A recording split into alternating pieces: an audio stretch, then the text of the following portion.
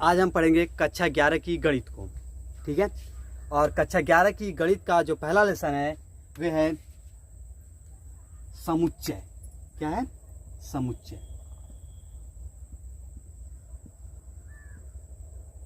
जिसकी इंग्लिश क्या होती है? सेट। ठीक है।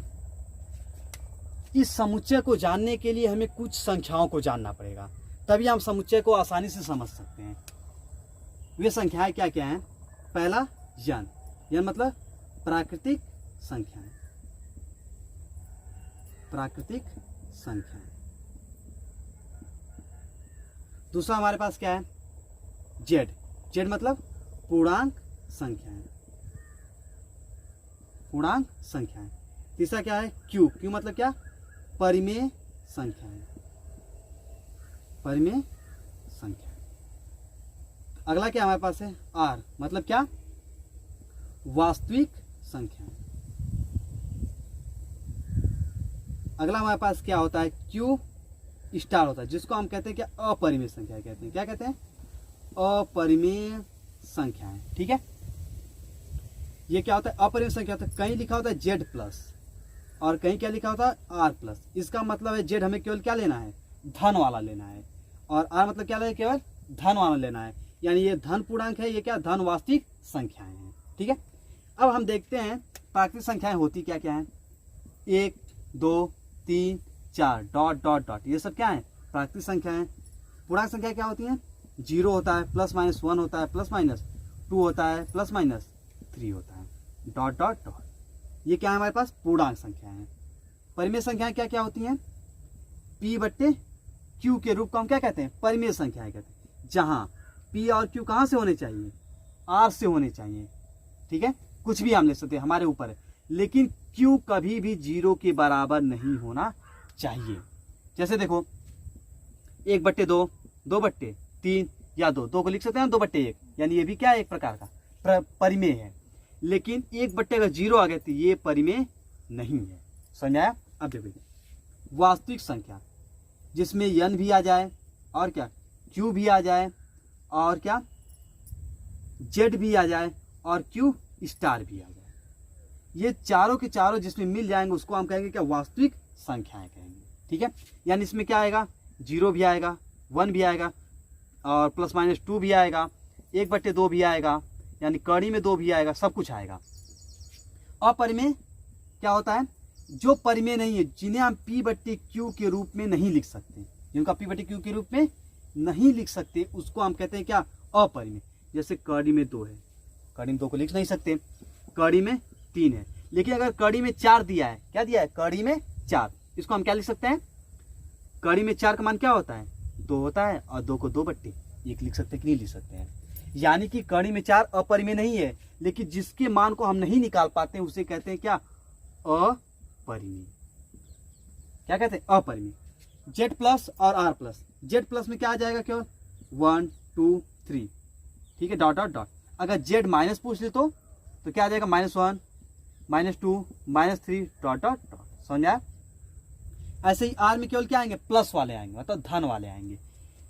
यानी जेड प्लस मतलब धन पूर्णांक, जेड अगर माइनस लिखा है तो मतलब ऋण पूर्णांक।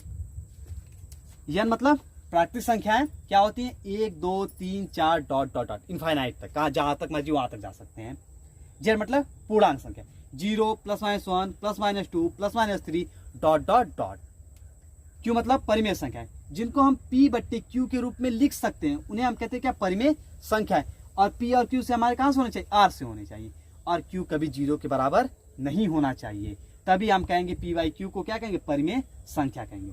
वास्तविक संख्या जिसमें प्राकृतिक संख्या भी हो और क्या परिमेय संख्या भी हो, पूर्णांक संख्या भी हो, अपरिमेय संख्या, ये सभी के सभी क्या कहलाते हैं? वास्तविक संख्याएं कहलाती हैं। अपरिमेय जो P बटे Q के रूप में जिनको हम नहीं लिख सकते हैं उन्हें हम कहते हैं क्या? अपरिमेय। जैसे कड़ी में 2 है, कड़ी में 3 है, ये सब क्या? अपरिमेय। कड़ी में अगर 4 है उसका मान निकलता है कि नहीं? कड़ी में 4 का मान कितना होता है? 2 होता है, 2 बट्टे 1 लिख देते हैं। ठीक है। जेड प्लस मतलब लिखा है कहीं तो मतलब धन पूर्णांक, केवल धन वाला लेना है। जेड माइनस लिखा है यानी क्या लेना है? केवल ऋण वाला लेना है। ठीक है। इसको कहते हैं ऋणात्मक पूर्णांक, इसको कहते हैं धन पूर्णांक, इसको कहते हैं धन वास्तविक संख्या। केवल कौन सी आएंगी? प्लस वाली आएंगी। अगर माइनस लिखा है तो मतलब क्या? ऋण पूर्णांक। अगर आर पे क्या लिखा है?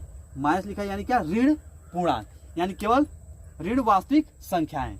और मतलब क्या, वास्तविक संख्या, यानी ऋण वास्तविक संख्याएं, यानी केवल माइनस वाली आएंगी, प्लस वाली नहीं आएंगी। तो हमने क्या देखा, संख्याओं को देखा, प्राकृतिक संख्या, पूर्णांक संख्या, परिमेय संख्या, वास्तविक संख्या और क्या, अपरिमेय संख्या। अब आगे हम देखेंगे क्या, समुच्चय को, कि समुच्चय होता क्या है। ठीक है, और हमें इसकी जरूरत क्यों पड़ी। क्या, समुच्चय। समुच्चय क्या होता है, देखो, समुच्चय मतलब होता है समूह। क्या होता है, समूह, यानी कि किसी ना किसी प्रकार का हमें समूह मिल जाए। समूह चाहे कैसा भी हो, बस एक क्या होना चाहिए, समूह मिल जाना चाहिए। एक का भी हो, नहीं का भी हो, बस हमें एक समूह बनाना है। यानी कि कहते क्या है, इसकी परिभाषा क्या लिखते हैं कि वस्तुओं का, किसका, वस्तुओं का सुपरिभाषित वस्तुओं का सुपरिभाषित समूह, वस्तुओं का सुपरिभाषित, ये बहुत स्ट्रांग पॉइंट है। ठीक है ना, सुपरिभाषित समूह, वस्तुओं का सुपरिभाषित समूह समुच्चय कहलाता है। क्या कहलाता है, समुच्चय कहलाता है। कुछ समझ में आया, यानी हमें ऐसा समूह लेना, वस्तु की जगह हम क्या क्या इस्तेमाल कर सकते हैं, अवयव भी इस्तेमाल कर सकते हैं, सदस्य भी इस्तेमाल कर सकते हैं। समझ आया, यानी हमारे ऊपर है कि हम चाहे वस्तु इस्तेमाल कर ले, चाहे अवयव इस्तेमाल कर ले, चाहे सदस्य इस्तेमाल करें। यानी सदस्यों का ऐसा समूह जो क्या हो, सुपरिभाषित हो, उसको हम क्या कहेंगे, समुच्चय कहेंगे। यानी वस्तुओं का सुपरिभाषित समूह समुच्चय कहलाता है। आसान है ना। एग्जाम्पल में देखना चाहो तो क्या कह सकते हो, स्वरों का समुच्चय, स्वरों का क्या, समुच्चय, स्वरों का क्या, समुच्चय। क्या आएगा, ए, ई, आई, ओ, यू। इसके अलावा कोई स्वर होते ही नहीं है, 5 ही स्वर होते हैं ना। स्वरों का समुच्चय, ए, ई, आई, ओ, यू। देखो समुच्चय में हमें खास बात क्या याद रखनी है, समुच्चय है ना, समुच्चय को जब भी हम दिखाएंगे तो कैपिटल से दिखाएंगे। किससे दिखाएंगे, capital A, capital B, capital C, कुछ भी हो किससे दिखाएंगे, कैपिटल से दिखाएंगे। लेकिन इनके अवयवों को या सदस्यों को हम किसमें दिखाएंगे, स्मॉल दिखाएंगे। किसमें दिखाएंगे, स्मॉल लेटर में। और समुच्चय को हम हमेशा किसमें लिखते हैं, मझले ब्रैकेट में लिखते हैं। यानी मझले ब्रैकेट में हम अवयवों को लिखते हैं, इसीलिए यहाँ पर क्या लगाया गया है, मझला ब्रैकेट लगाया गया है। स्वरों का समुच्चय होता है क्या, ए, ई, आई, ओ, यू। ये किसके लिखा है, स्मॉल में लिखना है, छोटे अक्षरों में, और मझले ब्रैकेट के अंदर। अगर मझला ब्रैकेट नहीं लगाए तो वे समुच्चय नहीं है, अगर मझला ब्रैकेट लगाए तभी वे समुच्चय। देखो सुपरिभाषित क्यों लगा के रखा हुआ है, यानी कि सुपरिभाषित लगाने का इसका मतलब ये है कि ऐसा कोई भी अवयव जिसको हम बता दें इसमें होगा या नहीं होगा, कंफर्म, मतलब कि सही बता दे। और तुमसे कोई पूछे इसमें बी होगा या नहीं होगा, बता लोगे कि ना नहीं होगा। कोई पूछे आई इसमें होगा कि नहीं होगा, तो क्या कहोगे, आई इसमें होगा। यानी कि सुपरिभाषित का मतलब ये है कि हम सही से बता ले, एकदम कंफर्म, मतलब कि डेकोरेट, सही से ही बता दे कि इसमें ये होगा या नहीं होगा, उसी को कहते हैं सुपरिभाषित। यानी वस्तुओं का सुपरिभाषित समूह समुच्चय कहलाता है। ठीक है, समुच्चय कई प्रकार के होते हैं, एकल समुच्चय होता है, रिक्त समुच्चय होता है, अपरिमित समुच्चय होता है, परिमित समुच्चय होता है, और हमारे पास क्या होता है, उप समुच्चय होता है। तो हम देखते हैं आगे कुछ समुच्चयों को। समुच्चय समझ में आया, समुच्चय वस्तुओं का सुपरिभाषित समूह समुच्चय कहलाता है। एग्जाम्पल हमने क्या देखा, स्वरों का समुच्चय, ए, ई, आई, ओ, यू। समुच्चय को मझले ब्रैकेट के अंतर्गत लिखेंगे और समुच्चय को कैपिटल में दिखाएंगे, और इसके अवयवों को किसमें दिखाएंगे, स्मॉल लेटर में दिखाएंगे। ठीक है,